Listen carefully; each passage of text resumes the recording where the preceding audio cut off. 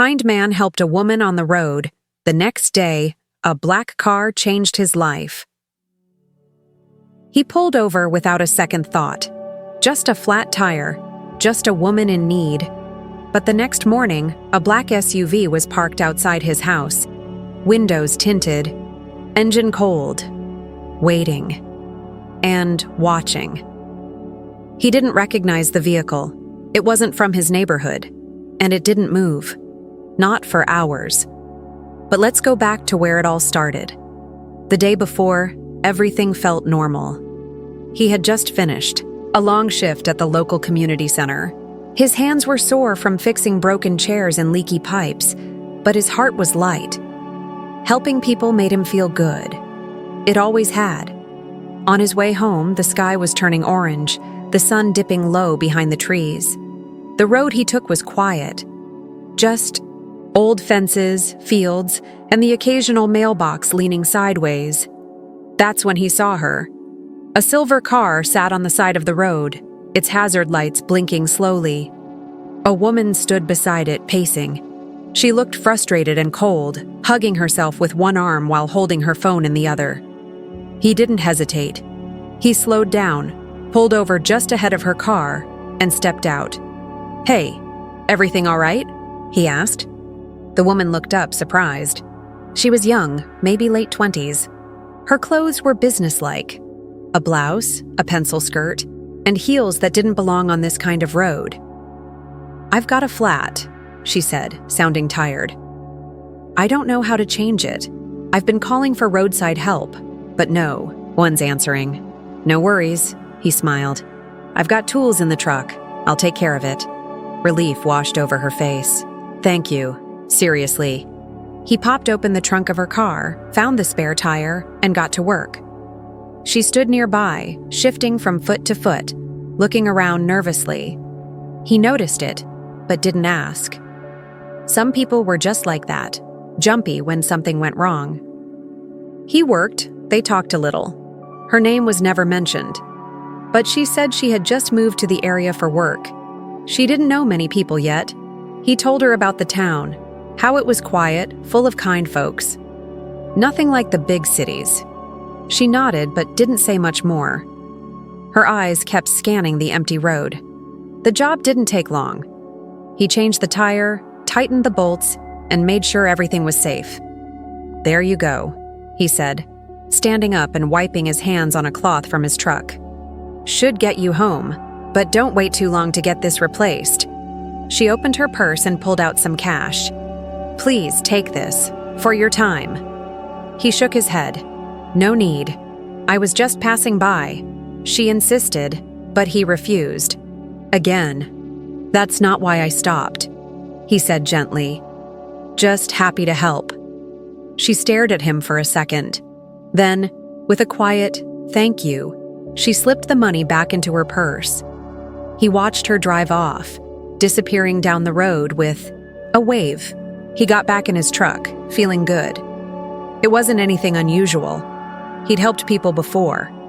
Flat tires, stalled engines, whatever it was. He never thought twice. That night, he had dinner, watched a little TV, and went to bed like any other night. But the next morning, when he opened his curtains, that's when he saw it. A black SUV. It was parked across the street, the kind that looked expensive. The windows were dark, so dark he couldn't see inside. It didn't belong to anyone in the neighborhood, and it hadn't been there the night before. He watched it for a few minutes. No movement.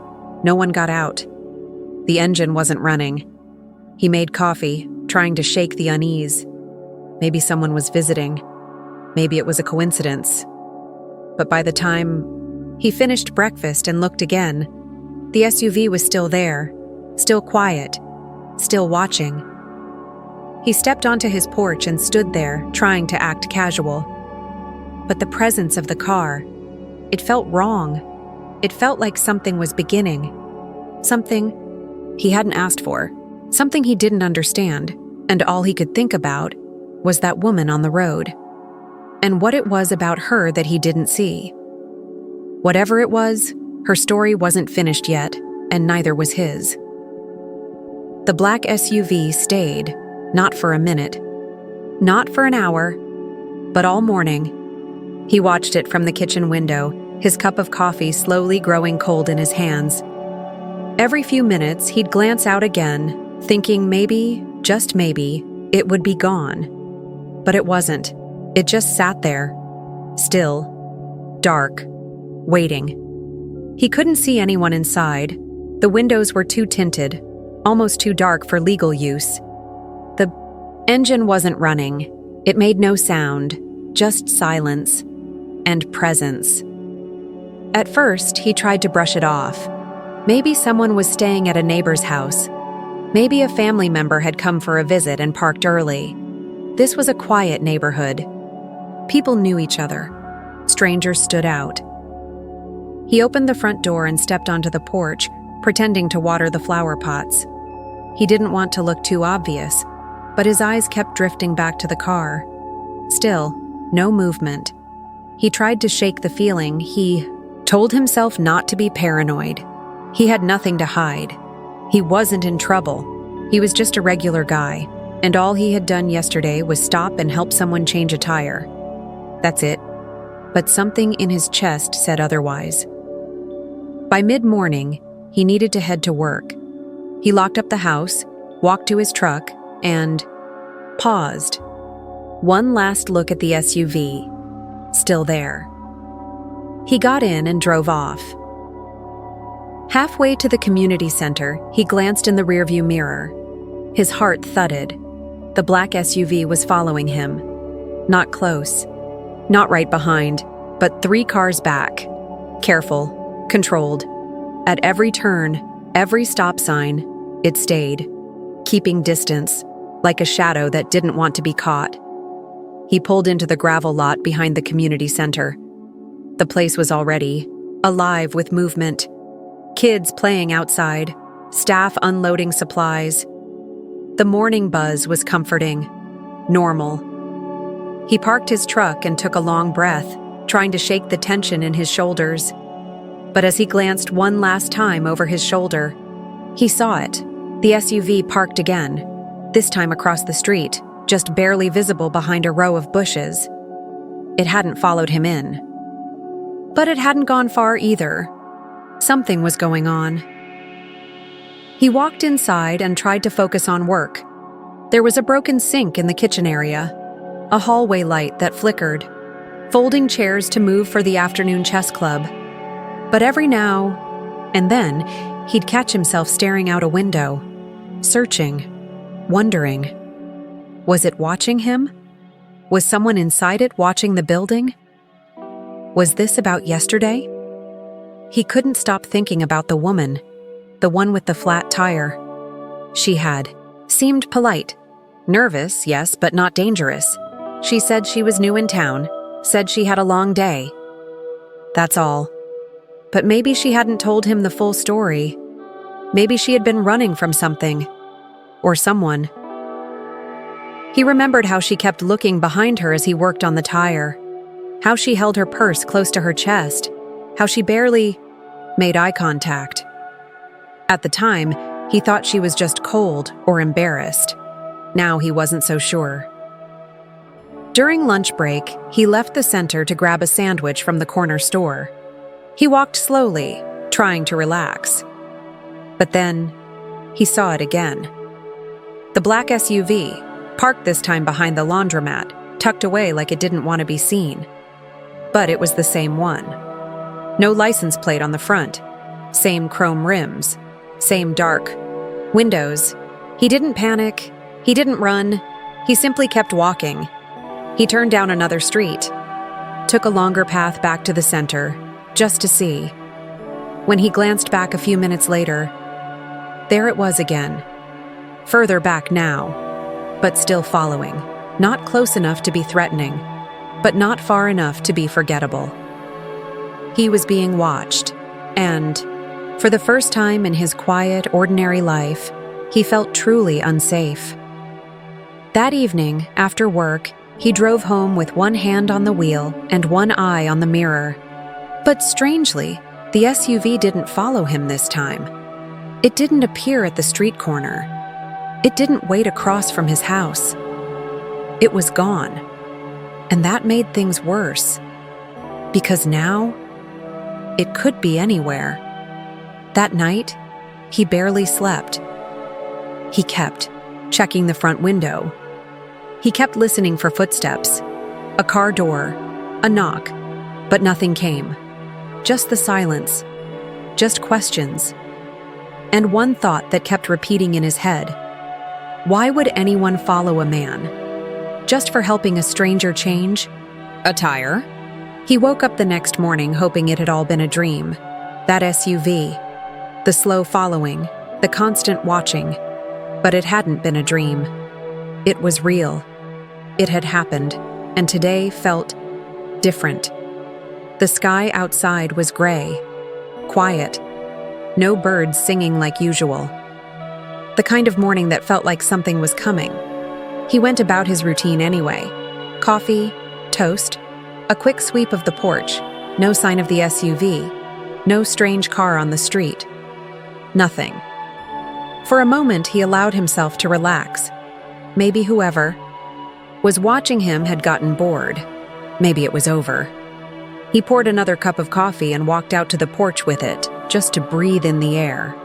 The breeze was cool, the street calm. Then he saw them, two men, walking down the sidewalk in perfect step. They weren't from the neighborhood. Both wore dark suits, ties, black dress shoes that didn't quite fit the gravel and dust of his small town street. They didn't look around. They didn't knock on any other doors. They were headed straight toward him. He stood up, his hand tightening around the coffee mug, not in fear, just alert. When they reached the steps, the older of the two men gave a polite smile. "Good morning," he said, his voice smooth. "May we have a word?" The man hesitated, then nodded slowly. "Sure." The older one introduced himself simply. No first name, just a last one. The other younger man remained quiet, observant. "We represent the Montgomery family," the older man said, calmly, like it should mean something. The name didn't ring a bell. "Not yet. You helped someone on the side of the road 2 days ago," he continued. "Flat tire, late evening. That's when it clicked. The woman, the silver car." "Yes," the man said, his voice firm. "I helped her. She was stuck." The older man nodded. "Her name is not important. What matters is that she's part of a very influential family, and she was in a complicated situation when you found her." The man felt a chill. He didn't like how carefully those words were chosen. "She's safe now," the man continued. "Thanks to you, and the family would like to express their gratitude." The younger one finally spoke, his tone sharp but polite. "They'd like to reward you.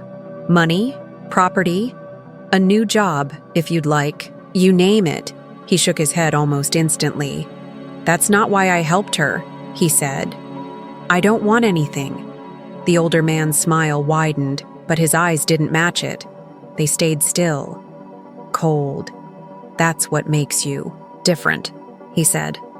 "Most people would have kept driving. You didn't. That's rare." The man stayed quiet. "We're not here to pressure you," the older man added, reaching into his coat pocket. "Just consider it." He handed over a small card. It was thick, high quality. On it, only a phone number, no name, no title. "If you ever change your mind," he said, "just call." They turned to leave without another word. The man stood on the porch, holding the card like it might catch fire. He didn't move until they were halfway down the block.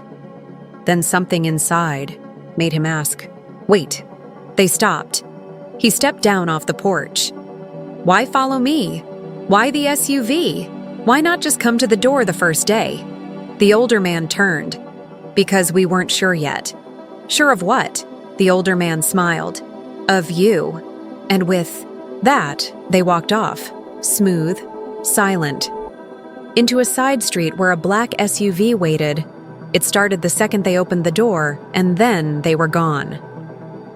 The man stood there in the quiet morning, the card still between his fingers. He could feel the weight of it, not just in his hand, but in his chest. He had only changed a tire. That's it.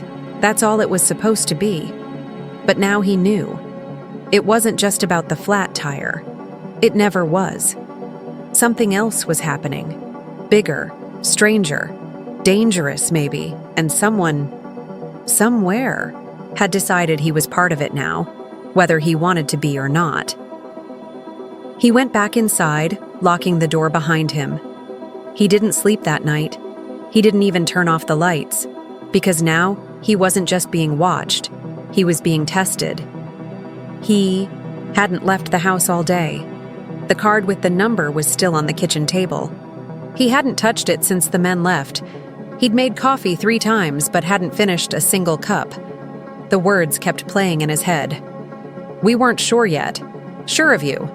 Sure of what? Why him? He had only helped a woman with a flat tire. Something any decent person would do. But now, 2 men in suits had stood on his porch, offering money and mystery, and walking away like it was a game. He didn't like it. He didn't like being watched. He didn't like the silence behind their eyes. And he didn't like that this all started the moment he did a good thing. By evening, he'd convinced himself it was over. He told himself they'd made their offer. He'd said no, and maybe that was the end of it. Then there was a knock at the door. Not loud, just one knock, then silence. He froze. The sun was just going down, casting shadows through the blinds. He walked slowly to the front window and peeked through the side. It wasn't the SUV, it wasn't the men in suits. It was her, the woman with the flat tire. She stood on the porch, arms crossed, her face pale and eyes wide like she was holding something. He opened the door, confused and cautious. I need to talk to you, she said quickly. Please. He hesitated, then stepped back and nodded. Come in. She stepped inside and looked around the small, quiet house like she was checking if they were alone. I know you probably have a lot of questions, she said. And I should have said something earlier, but I didn't know if it was safe. He stayed quiet. I didn't just have a flat tire that night, she continued. I was running. His heart beat faster, not from fear, just from finally hearing something real. Running from who? She hesitated. Not who. From what my family is involved in. She sat on the edge of the couch, her hands tight in her lap. You helped me when I was scared, when I didn't know what to do. I didn't tell you who I was because I didn't want to drag anyone else into it. But now I think you already are. He pulled a chair closer and sat down across from her. Then tell me. All of it. She took a breath. My family isn't like most families. We look normal. We play normal. But my father, he's a very powerful man, not just rich, connected, protected, and feared. She looked at him, her voice low. I was being used, not just as a daughter, as leverage, as a message, to keep someone else quiet. They were watching me, controlling me. I finally got the chance to escape. And I took it. That night? He asked. She nodded. I didn't know where I was going. I just drove. And then the tire blew out. I was stuck. I panicked. I thought someone would find me, or worse. She looked up. But then you pulled over, just calmly. No questions, no pressure. You helped me like it was nothing. He didn't speak.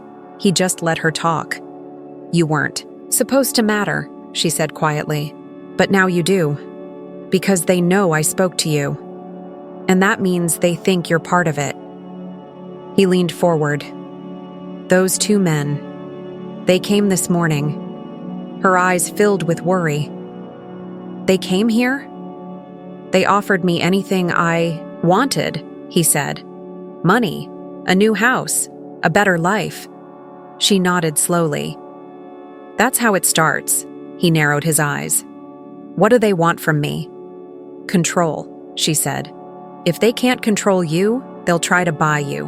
And if that doesn't work, they'll start watching, following, pressuring. He thought of the SUV, of the cold eyes, of the card on his table. I didn't ask for this, he said. I know, she said. I'm sorry. He stood up and walked to the window, staring at the quiet street outside. His life had been simple, steady, safe, until one small act of kindness turned it into something else. She joined him by the window. You don't have to get involved, she said. You can walk away. They won't hurt you if they think you're not a threat. But if you fight back, you need to be smart. He turned to her. Why are you here? Why now? Her voice softened. Because you saved me, and I couldn't just disappear while they circled around you. That wouldn't be fair. I owe you the truth, even if it's messy. He looked at her for a long moment. She wasn't scared anymore. Not in the same way. She was tired, brave, honest, and that made him feel something stronger than fear. A sense of duty. A sense that walking away might be safe, but standing firm might be right. He didn't say anything else. He just nodded. And in that moment, without even realizing it, he chose a side. The card was still on the table. He looked at it like it was a small, quiet fire, not moving, not burning anything, but too hot to touch. He hadn't called. He hadn't thrown it away either. And now that she had come and told him the truth about the danger, the power, the family, he didn't know what to do next. He needed someone to talk to. Someone who wouldn't judge, who would listen before speaking. So he made a few calls. 3 people showed up that same afternoon. People he trusted. One was his childhood friend, steady, loyal, the kind of friend who never asked too many questions, but always showed up with both hands ready to help. Another was his sister, sharp, honest, and never one to sugarcoat anything. If she thought he was making a mistake, she'd say so, loud and clear. And the last was his aunt. She had raised him after his parents passed. A quiet woman, but wise. She had a way of seeing things that others missed. They all sat in his small living room, the air tense. He didn't offer snacks, just the story. He started from the beginning. The flat tire, the nervous woman, the black SUV, the men in suits. And finally, the visit from the woman herself. The way she had warned him, apologized to him, and told him he might already be in danger just for helping her. When he finished, the room went silent. No one reached for their tea. No one moved. Then his sister spoke first. You need to get as far from this as possible. His friend leaned forward. But wait, what exactly did they offer you again? He shrugged. Anything. Money, a house, a job, a better life. The friend whistled softly. And you said no? For now, he said. His sister's face tightened. Don't even think about saying yes. I'm not saying yes, he replied.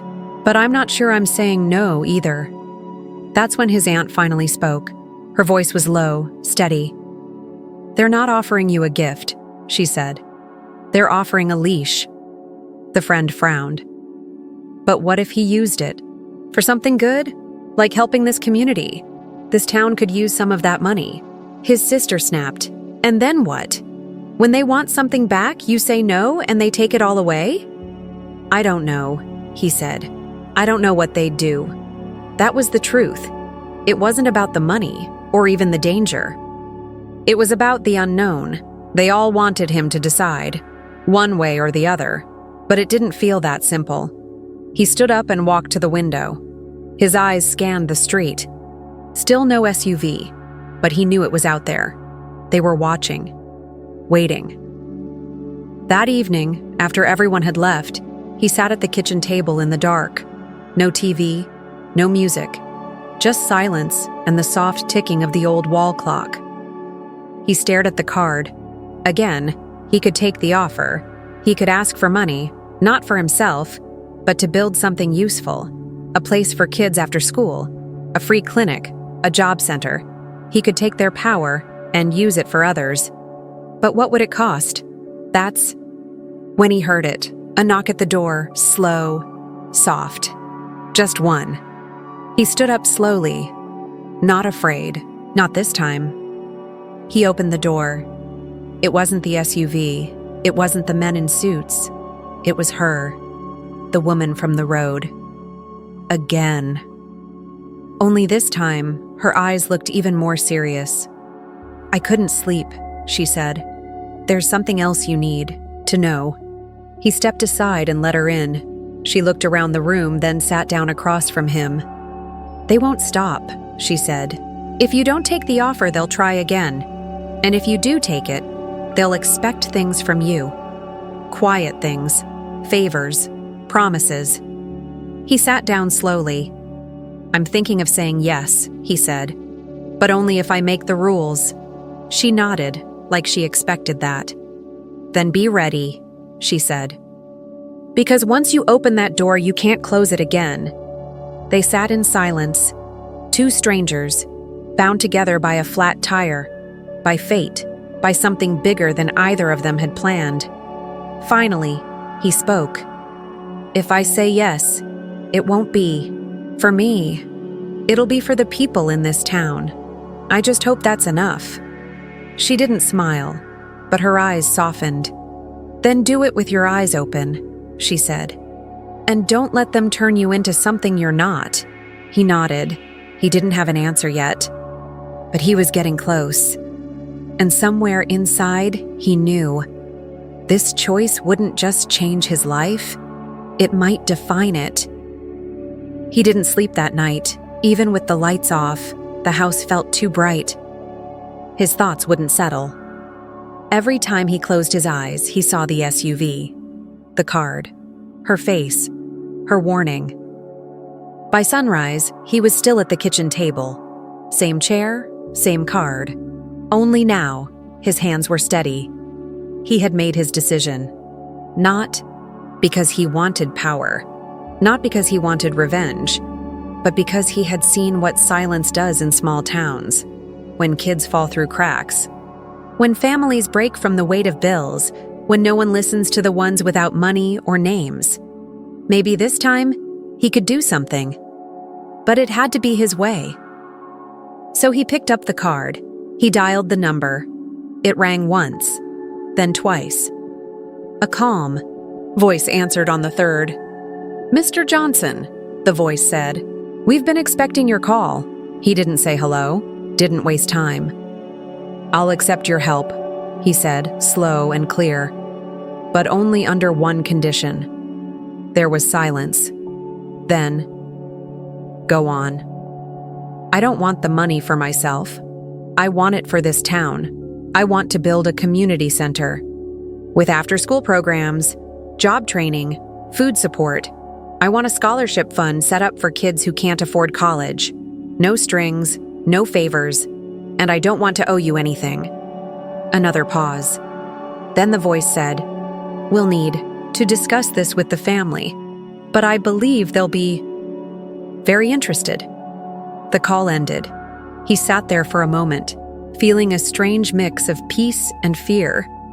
He had said yes, but only to what was right, not to them, to his people. Within 3 days, the calls started coming in from people he didn't know. Private numbers, soft-spoken voices, contracts being drafted, meetings being arranged. He didn't like how smooth it all moved, like they had been ready long before he ever dialed the number. But he didn't back down. He made rules, hard rules. Everything had to be transparent. Local leadership, open books, no secret handshakes, no favors behind closed doors. To their credit, they agreed. Maybe because they respected him, maybe because they wanted to control him quietly. Either way, he wasn't theirs. Weeks passed, then months. Ground broke on the new center, right on the uppity old abandoned lot by the school. Kids who used to skip class now showed up to help lay bricks. Mothers who worked double shifts came by to cook meals for the volunteers. The town came alive. It started small. A free class to help people with job applications. A quiet study room for kids whose homes were too loud to focus. A fridge stocked with food for anyone who needed it, no questions asked. It grew fast, and he was in the middle of it. Not as a boss, not as a hero, but as a neighbor. He still lived in the same house, still shopped at the same grocery store, still walked down the same streets. Except now, people waved differently. Their eyes carried more than respect. They carried hope. And yes, the black SUV still came back. It never parked too close. Just enough to remind him it hadn't forgotten. Sometimes he'd see it late at night, 2 blocks away, waiting like a loyal dog or a quiet threat. He tried not to think about it too much. Instead, he focused on what mattered. He hired teachers. He built programs. He gave names to kids who were used to being ignored. Then one day, the same smooth-talking man from his porch months ago showed up again, this time in broad daylight. Same suit, same polished smile.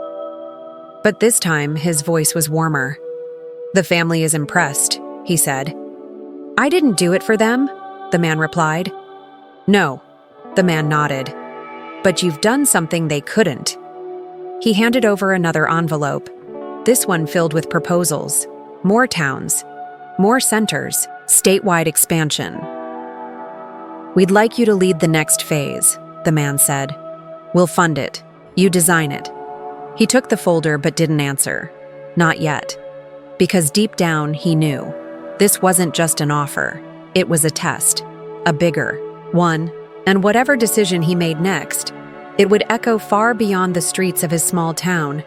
It would shape something larger, a movement, a message, a future. But tonight, he didn't decide. He closed the folder, walked outside, and watched the sunset with the children playing behind the new center. The laughter was real. The work had meaning. And that was why he had said yes. Not to the family, not to the money, but to the people, to the future, to the light inside him that refused to be bought. Years passed, but the road where he stopped to help that woman, it never left his memory. He could still picture the sky that evening, turning orange behind the trees. He could still feel the dust under his boots, the way she looked up at him, with quiet fear and hope at the same time. It had been so simple, just a flat tire, just a man who stopped. He never planned for anything bigger, but that one moment changed everything. Now, he walked down the hallway of a new community center, not the first, and not the last. This one was 3 towns over. A mural covered the wall beside him. It showed kids playing, elders sharing stories, hands planting seeds in the dirt, and right at the center of the painting was a figure with no face, just a silhouette, a man holding a tire iron, helping someone up. He didn't ask for that, but someone had painted it anyway. He stepped into the main hall where volunteers were setting up for an open house, tables lined with free books, flyers about job training, boxes of food being sorted for families. This place wasn't about him. It never had been. It was about them, the ones who had been overlooked, the ones who just needed a door to open. And now, those doors were opening everywhere. Back in his hometown, things had changed too. The abandoned lot was now a full center with classrooms, a garden, and a small health clinic. Kids who once hung out on corners were now part of mentoring programs. Families who used to struggle in silence were now connected to jobs, housing, support. Even the local school had started partnering with the center to offer after-hours tutoring and breakfast. And him? He still lived in the same old house. Still fixed his own sink. Still greeted his neighbors with a wave and a smile. But now, when he walked down the street, people looked at him differently. Not like a celebrity, not like a saint, but like someone who stood firm. When the offer came, wrapped in mystery, in power, in silence, he didn't take it for himself. He turned it around and gave it back to the people, and that made all the difference. One autumn evening, he sat on his porch watching the leaves fall. A familiar black SUV was parked down the street, not too close. It had been there off and on for years. He had come to accept it. It was quiet now, more respectful than before.